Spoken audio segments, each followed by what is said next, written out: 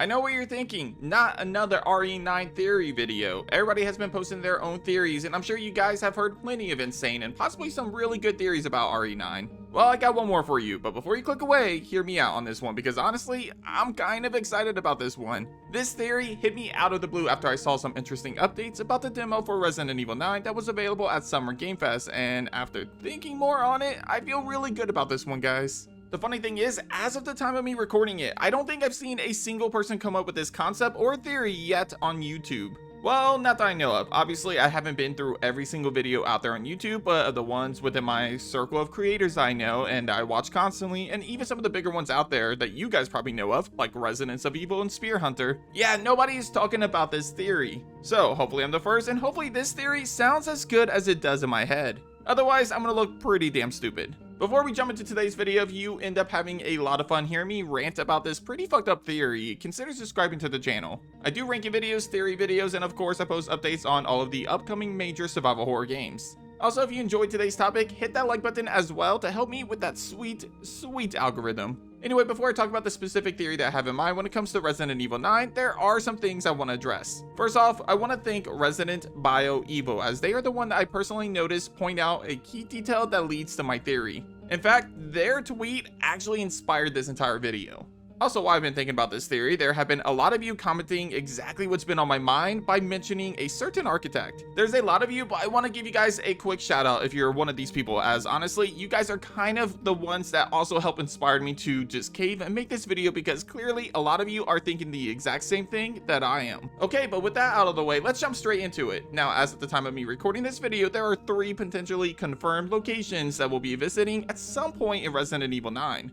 Raccoon City, Renwood Hotel, and a hospital or medical facility of some kind, which is where the demo apparently took place. Well, thanks to a few Eagle Eye fans out there, we now know that the medical facility that the demo takes place in is called Rhodes Hill Chronic Care Center. This name can be seen on a file on a directory board. The reason why I'm bringing this up is because of a tweet by Resident Evil, who also found an Easter egg in Resident Evil Outbreak 2 that actually mentions this location by name in the subway of said game, which basically confirms that Rhodes Hill is somewhere near or around Raccoon City or the Arklay Mountains, meaning that the events of the demo showcase to fans at Summer Game Fest actually took place somewhere in or around Raccoon City. Well, things get even more interesting when you play with this concept a little more. Since we know that Rhodes Hill is near Raccoon City and the Arklay Mountains, it's also fair to assume that it's near the Spencer Mansion, right? And one theory that a lot of people that have been talking about that have seen the demo firsthand describes that this mysterious hag-like monster in the demo is a mutated version of Lisa Trevor. Now, at first, I wasn't buying the whole Lisa Trevor bit. Even after people came out of Summer Game Fest saying that they think it was definitely her, I wasn't feeling it. Mainly because I couldn't figure out why Lisa Trevor would be in this game. It just didn't make sense for me. However, now that we know that Rhodes Hill is so close to the last known whereabouts of Lisa Trevor, the Spencer Mansion, then it kind of opens the door for an insane possibility.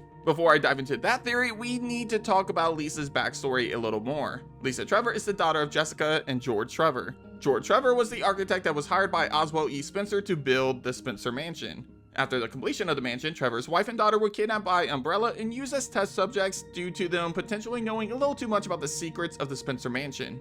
George Trevor was also kidnapped, but instead of being used as a test subject, he was left for dead underground, in which we are to believe that he starved to death in 1967. We have diary entries that point to that fact. Moving on, Umbrella continued to test various strains of the T-virus on both Lisa Trevor and Jessica Trevor, in which Jessica Trevor would die after failing to bond with the virus. Lisa Trevor, on the other hand, would bond with the virus, and for the next 30 years, she would become a virus cocktail of some sort, as Umbrella would continue to test on her until her escape near the events of the first Resident Evil game, which took place in 1996. Well, technically, Lisa Trevor only appeared in the remake, but yeah, you know what I mean. Anyway, during the events of that game, Lisa Trevor would stalk Chris and Jill before she presumably jumped to her death.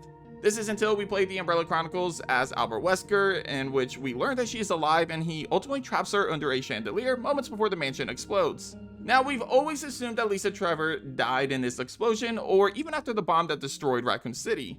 However, based on fans that had first-hand experiences with Resident Evil 9 at Summer Game Fest, they all seem to think that Lisa Trevor is alive and well and that she's the stalker enemy chasing after Grace in the demo. Okay, so with all of that out of the way, we can finally jump into my theory. Here's what I'm thinking. If this stalker enemy is Lisa Trevor, it would make sense because, again, we are near the last known whereabouts of her, as the demo takes place inside of Rhodes Hill, a medical facility in or around Arklay Mountains. As for how she could have survived the bomb, well, if anybody can do it, it's Lisa fucking Trevor. Literally, even Umbrella could have found a way to terminate Lisa Trevor, which is a big reason why she escaped in the first place. But how has she survived all of this time without anybody noticing? Who has been taking care of her? And why is Grace brought to the same hospital that she is at? Well, what if someone that cares deeply about Lisa Trevor is still alive? What if both of her parents didn't die? What if George Trevor is alive, and not only that, he's the mysterious man in the chair in the trailer? I know, it's crazy, right? Anyways, let's keep going and talk about why it makes so much sense, though.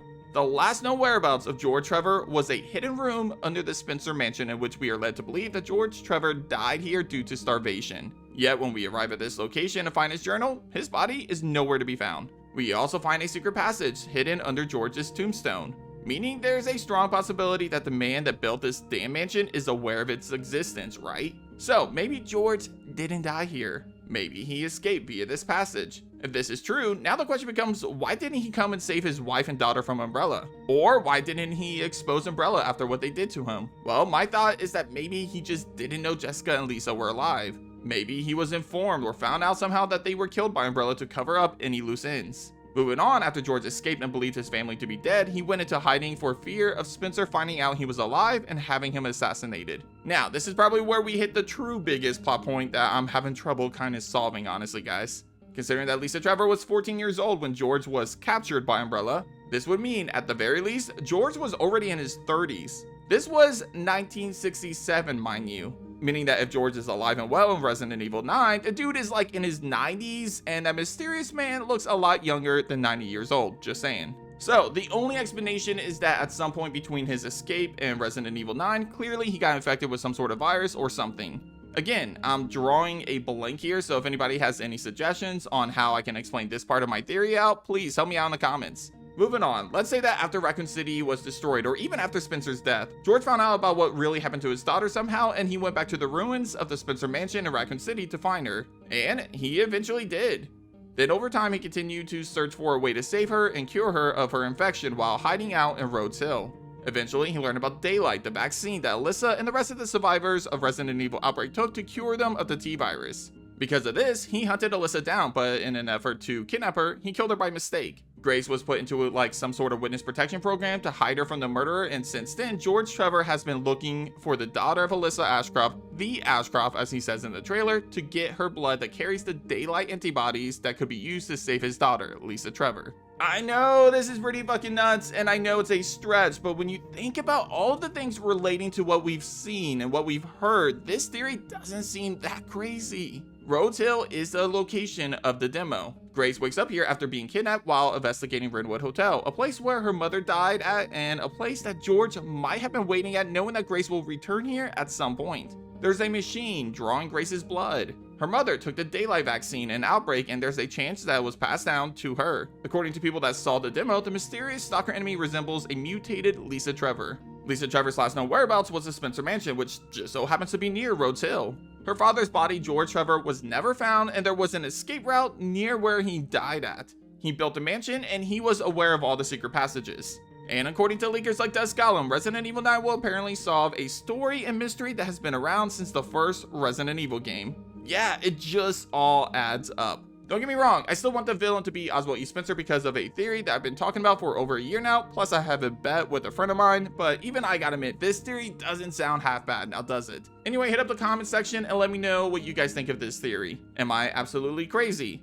Is George Trevor still alive? And if so, is he the villain of the game? Also, am I the first to mention this in a video? Like I said, I've looked around because I wanted to make sure nobody else has covered this theory, and as far as I'm concerned, I'm the only one so far. That being said, let me know if you hear anyone else talk about this theory because I really want to know and I want to get their thoughts as well. But thanks for watching, and as always, I'll catch you guys on the next episode of Nerd Space Games. Take care.